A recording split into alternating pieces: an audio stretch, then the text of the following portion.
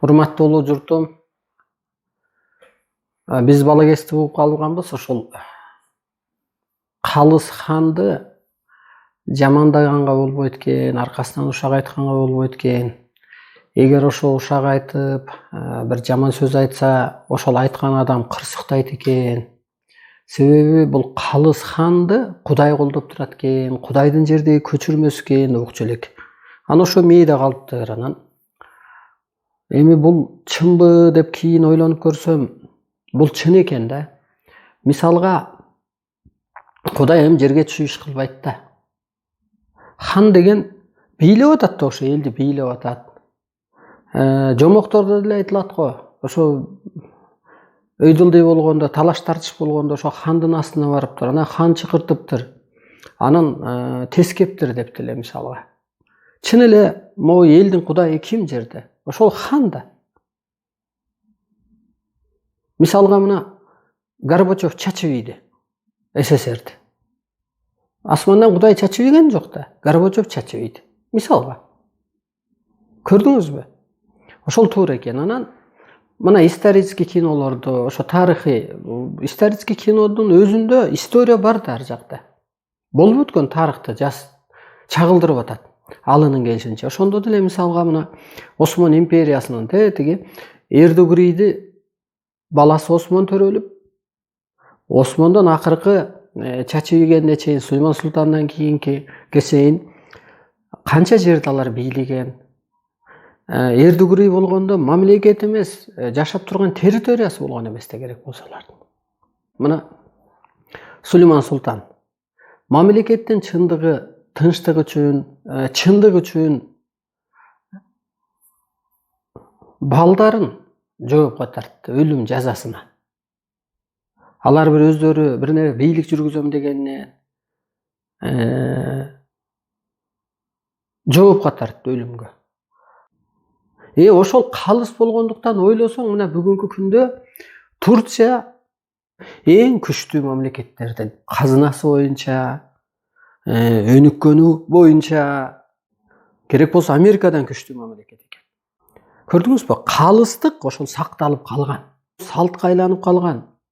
Бүгүнкү күндө Кыргыз элинде, Кыргыз мамлекетинде эгемендүүлүктү алгандан бери хандардын калыстыгы жоюлду дагы. Биринин катыны бийледи, бирөөнүн баласы бийледи, бирөөнүн иниси бийледи. Бүгүнкү күндө ошол мамлекетти артка тарткан, мамлекеттин казынасын уурдаганды соттой албай атат да. Башын ала албай атат, жоопко тарта албай атат. Бүгүнкү биздин ханыбыз. Ошол калыстык болбогондуктан мына депутаттар убада кылган. Убада кылып аткарбаса, ал эмне дейт эр жигитти? Жалганчы деп коет. Калпычы деп коет. Мына ошо кишилер өз кызыкчылыгын кылып депутаттар. Матраимов деген бир өзү айткандай символ болуп калды коррупциянын деп деле депутат айтты. Ким? Сооронбай Жээнбеков өзү айтып атпайбы? Анысы кандай мына ошо окшогон адамдар өзүнүн жек жааттары мына тетирсинче уурлар, алдамчылар, жалганчылар, өсүмчүлдөр бийликке барып алды дагы. Хан калыс болбогондуктан алар коркпой жегендер, ичкендер тетирсинче чындыкты сүйлөп чыккан Азаттыктын 2 журналисти коркуп жүрөт. Чындык көктөн буйрулган арыстан алайык иш козгойт. Чындыкты сүйлөп чыккан. Же мен булардай убада кылыптырмынбы? Же мамлекеттин казынасын алыптырмынбы? Же элди артка тартыптырмынбы? Же элди өзүмдүн кызыкчылык үчүн туңуйукка такап атыпмынбы? Көрдүңүздөрбү?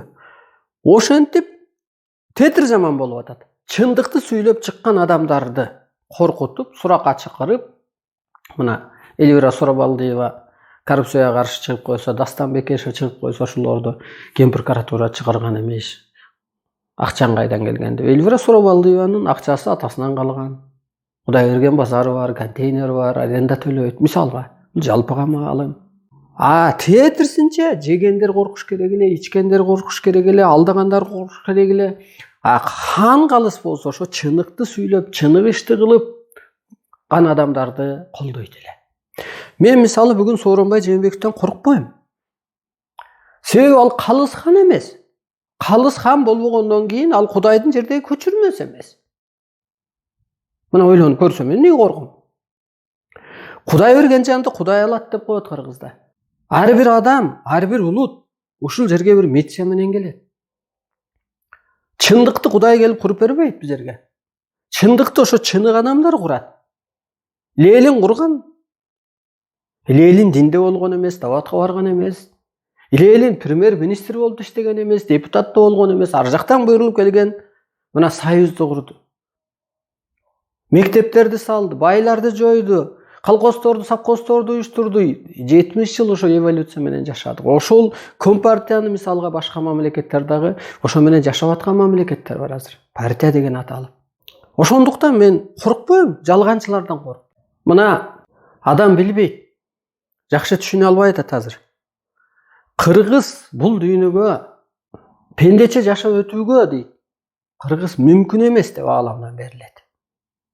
Кыргыз кызмат үчүн келген дейт да. Анысы кандай, мына бир адам манасчылар болгон. Саякбай атабы мына видеолорун көрүп калган. Ага чейин Сагынбай ата, Балыкоос ата да толтура го. Аны бир жан кийген үчүн анын телосы гана исполнитель болгон. Мына төкмөлөр бар бүгүнкү күнгө чейин.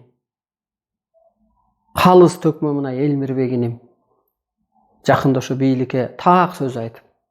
Аны да ошо бир жан кийип алган, тело исполнитель. Ошол сымалдагы адам көктөн жаны асмандан келет, ааламга кетет. Бул тело только исполнитель. Корксо да коен өлөт, коркпосо да коен өлөт дейт. Ким коркуш керек? Жалган ишти кылган адам коркуш керек. Аркасы орой сөз менен айтканда бок. Келечеги жок. Жалганды колдогондор коркуш керек. Мына Атамбаевдин заманында кече эле Сапар Исаков өзү айтты го, мен ошо караланып соттолоорума мен ишенген эмесмин, ойлогон эмесмин. Арбайлар кышты уюштурду, музду тоңдурду, тесттин чатагын чыгарды, канча адам чыныгы жазасын алды. Ал бир кезде кутуруп турган. Бакиевдин заманында мына Сутайлинов деген СМБнын председатели болгон. Бүгүнкү да председателдер, бүгүнкү министрлер, бүгүнкү генпрокурор деле кутуруп атат. Заман чындыкка болуп баратат. Эртең алар да жооп калышы мүмкүн. Мына Бакиевдин заманында Сутайлинов Кыргызга баш бармагын көрсөттү эле. Бүгүн оор экен акыбалы деп атат. Анан рак болуп калыптыр. Арстанбек Ногойбаев деген миргород болуптур деле, качып жок. Бакиев кечээ Атамбаевдин заманында мына аксакал киши Бусурман Балдиев, Дагылыш Шамил Атаканов дегендер бир камал, бир качып жүрөт. Көрдүңүзбү? Бул күнүмдүк жалган менен иштесең эртең баары бир Кудайдын астында, Ата Тегербайдын астында, карапайым элдин астында, правосудиянын астында жооп бересиң. Анан мен ойлоном. Мен ааламдын кызматын аткарып атам. Мына манасчы келип манас айтат, төкмө төгөт. Мен төгөт албайм, манасты айта албайм. Анткени ал менин кызматым эмес. Мен жалганды айта албайм, ал менин кызматым эмес. Мен ааламдын, мен Кудай Алла деп эле жүргөн адам эмесмин. Мен Кудайдан буйрулуп келген адаммын. Мына мен чыныгы сөздү сүйлөп атам. Кыргызды ойготтум. Табиатты бейишке айланттым. Анан мен жоопко тартабыз дейт да. Мына о киши, мына Сооронбай Жээнбеков, доордун талабын билбесе, өзүмчүл болсо, Кыргыздын улуулугун тааныбаса, калыс болбосо, ушу киши жооп бериш керекпи? Правосудиянын, Кудайдын, Ата Тегербайдын астында же Арстаналай жооп бериш керекпи? Кана мындай карайлычы. Мына депутаттар, бийликтегилер, мейли премьер-министрлерби, элди алдап, дагы эле доордун талабын билбей, Кыргыздын улуулугун дүйнөгө тааныта албай, таанытпаса анан Кыргызды кайдан куткарат? Ушулар жооп бериш керекпи? Айлык алган 500 миң деп. Ошол орунду зайнет эткен, ошол элдин налогун чөнтөгүнө салып алган, айлык кылып алса деле салып алды да. Ошол жерде мушташып, талашып, ойтобун сүйлөп, көрүнгөн жерге шылдың болгон. Ушул кишилер жооп бериш керекпи же ааламдан буйрулган акты сүйлөгөн кыргызды куткарган Арсылай жооп бериш керекпи? Же мына коррупциянын символу деп айтты Сооронбай Жээнбеков. Райым аке жооп бериш керекпи? Же Арсылай жооп бериш керекпи? Ким жоопко тартылыш керек? Же элди артка тарткан кайда бир майда төшөк маселесинен баштап тиги техника чыга элеккестеги бир жашоого таңуулап көрдөгү бейиш менен көрдө тозок бар деп жок нерсени айткан, артка тарткан адам жооп бериш керекпи? Кана ким жоопко тартылыш керек? Мына караңызчы, кел чындыкка чыгалы. Ким жоопко тартылыш керек? Мен эч качан жоопко тартылбайм. Тарта да албайт. Себеби мен Кудаймын. Кудаймын десе адам чочуп атпайбы? Бул мындай болот. Кудай деген асманда бир материяны элестетип койгон. Бир аксакал отуруп атат, анын тагы бар деп. Аны көрүп келет эле анда космоско учканда бирөө. Ал могу мазардын ээси бар деп коет го. Ал жерде бир абышка отурбайт да, бирок жана көз ачыктар көрөт. Абышка экен же жылан экен же бир ажыдаар экен деп. Үйдүн ээси бар деп коет. Анын дагы энергия, ал энергия. Мына менин жаным бар. Ааламдан буйрулган. Куткаруучу, адамзатты бириктирүүчү. Ал бир энергия да. Ошол сыяктуу Кудай дагы жерге түшүп келип, азыр бир адамды кийип, анын айткан дегени дегендей болуп, кадимки эле Кудайдын, Кудай бул энергия экен, анан зар болсо анан жерге түшүп келет экен да. Азыр баатыр түшүп келсе, аны эч ким признавать этпейт. 3 кишини кырып койсун, мына сатам келип. Соттолуп кетпейби? Азыр пайгамбар келип куткарбайт. Ал эволюция доор, артта калган доор. Азыр анан ошо Кудай келип туруп анан куткарат. 18 октябрда мага иш козгоду эле МВДдан. Первомайскийден. Анан мен ошондо айткам, мага козгобогула. Мен ааламдан буйрулган адаммын. Аалам күчтөрү мени колдоп турат. Жакшы болбой калат бул бийликке дагы. Десем, эмне сага эмне эл көтөрүлүп чыга, революция болобу? Атамбаевка деле тим эле революция болуп кетет эле, эчтеке болгон жокко деген. Атамбаев кара, Атамбаев ууру. Атамбаевдин кадрлары мына кишилерчи, достору. Сапар Исаков, баары. Сооронбай Жээнбеков. Ал кара адам. Азыр чыны күчтөр жерде, тетирсинчи Атамбаев соттолот. Жакшы болбойт дедим эле. 2 ай ичинде не болду? Мына бийликтин жүзү ачылып, ар нерсе болуп келди. Ошо 18 октябрдын, октябрь айынын, ноябрь, декабрда не болуп кетти? Мына мен бир жылдары кыш болбойт десем күлүштү, орус кыргыз. Мына азыр Москва, Россия таң калып атат. Мейли 2 градус жылуулук болуп атат десин. Деп атты эле буга чейин окумуштуулар. Потепление бар 2 градуска деп. 2 эмес, такыр эле 20 градус, 18 градуска жылып кетти го жердин баары. Анысы кандай? Ошо кезде ишенбесе, мына бүгүн ачыкта болуп атат го ошо кыштын болбогону. Анткени мен айткам го, ошо табият, от, суу, таш, арбай, мазар, инопланетяндар менен мен башкарам депчи. Алар мага баш ийет деген, көрдүңүзбү? Табият мага баш ийет. Азыр да ошо Кудаймын десем түшүнбөй атат да. Мен чын эле могу үй меники болбосо айтпайм да мен меники деп. Могу үйдү меники деп айта албагандай меники болбосо, меникимин деп айта албагандай анан жөн эле Кудайым деп айта албайм да. Ошондуктан урматтуу улуу журтум, улуу кыргыз деген ошол да. Ал эмне деген сөз дегенде ошо улуу күч кийип, ошонун ролун аткарат деген. Анысы кандай мен ошо Кудай кийип мен ошонун ролун аткарам. Анан эски Кудай банкрот деп берилет жерде.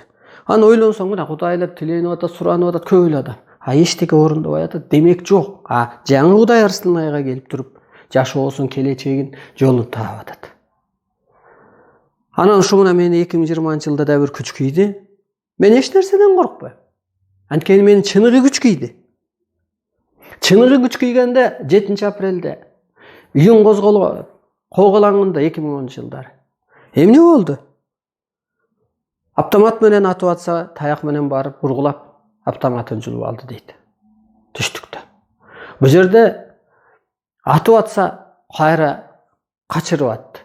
Көрдүңүзбү, жан кийгенде, чыныгы жан кийгенде. Ошондуктан ааламдан берилет.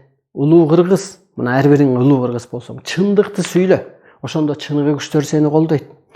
Сен чыныгы кыргыз болсоң, чыныгы ишти кыл, чыныгы митчаңды кыл, ошондо чыныгы күчтөр колдойт. А жалган жашоо ушул жылы өтө чоң бурулуш болот, бир өзгөрүү болот. Муну менен эмне толуктап айтып кетким келди. Хан калыс болбогондуктан жалганчылар башыбызга отуруп алып, чыныгы адамдарды кордоп, коркутуп атат. Аны Кудай жакшы көрөбү? Андай адамдарды. Ата Тегербай жакшы көрөбү? Карапайым эл жакшы көрөбү? Жок. Театрсинче, эгер хан калыс болсо, чындыкты сүйлөгөн адамдарды колдош керек эле. Ошо чыныгы ишти колдош керек эле. Ошо Сулейман Султандай, калыс ошо Манас атамдай, ошо жалганчыларды, элди алдагандарды, ырыскысын жегендерди, убада кылгандарды соттош керек эле. Эми ошол заман болот, чыныгы заман болот. Карасаңыз чын эле. Азыр кыргыз чындыкты сүйлөгөндөн коркуп атат да. Неден корком мен? Кудай берген жанды Кудай алат. Кудай жерге келип чындыкты сүйлөп бербейт. Кудай жерге келип чындыкты куруп бербейт. Кудайдын ордун ошо кыргыз аткарат. Ошондуктан мен калыс эмес, хандан коркпойм. Себеби ал Кудайдын жердеги көчүрмөсү эмес. Ошон үчүн кыргызды мокотуп, коркутуп башкарбагыла. Ал эмне деген, камап коем, анан атып коем, анан байлап коем. Эртең сен 10 эсе ошого түшөсүң. Бакиев атып да көргөн, камап да көргөн, өрттөп да көргөн. Мына ошол, мына Сутайлиневи баштап. Ошол кезде министрлери башка эмне күндү көрдү? Муну сабак да сиздерге. Анысы кандай бир гана жол бар. Элдин аң сезимин өстүргүлө. Доордун талабын билгиле. Анан ошондо гана ошо эволюция кылып, өстүрүп гана куткарасыңар. А жалган менен куткара албайсыздар. Мен көрдүм, ошо аалам күчтөрү жерге түштү. Мен көрүнүш көрөм, неге жашырам мен? Байланыш алам, жазам. Эми ошо чыныгы күчтөр ар бир адамды киет. Ар эл арасынан чындыкты издегендер, чындыкты сүйлөгөндөр тагдырын ааламга тапшырып коюп чыгат. Себеби кыргыз түшүнөт, жаны ааламдан келген ааламга кетет. Бул жердеги тапкан бийлигиң, байлыгың, оокатың бул жерде калат. Мына кыш жаз чыкса, шубаң калат го, кийилбейт го, жайында кийбейсиң. Ошо сыяктуу кыргыз бул дүйнөгө чыныгы эле кызматка келген. Ошон үчүн улуу кыргыз аталат. Улуу кыргыз аталат деген ошол улуу күчтүн ролун аткарат. Ошондуктан батасы жаратат, назары жаратат, сөзү жаратат, көзү тиет. Ошо кыргызды мокотуп, коркутуп башкарба. Себеби көктөн буйрулган укугу көп дейт да. Көктөн буйрулган укугу көп деген ошол. Каргап коёбу кыргыз? Калыс кыргыз. Болбоду деп коёбу? Оңбоду деп коёбу? Ошол көктүн ролун ошондуктан аткарат. Кыргызга калыстык гана жеңет. Анан ааламдан берилет, калыс адамды касиет жылы болойт деп. Касиет деген аалам күчтөрү, энергия. Анан эң эле биринчи нерсени ушуну түшүнүңүздөр, бул сөздөн. Тетир заман болуп калды да. Чындыкты сүйлөгөндү жалганчылар кордоп калды. Правосудие кордоп калды. Тетирсинче болуш керек да, калыс болсо. Чындыктагылардын сөзүн угуш керек, чындык ишти кулдош керек. А жегенди, ичкенди, алдаганды правосудие кордош керек эле. Көрдүңүзбү? Хан калыс болбогондуктан мына ушундай заман болду.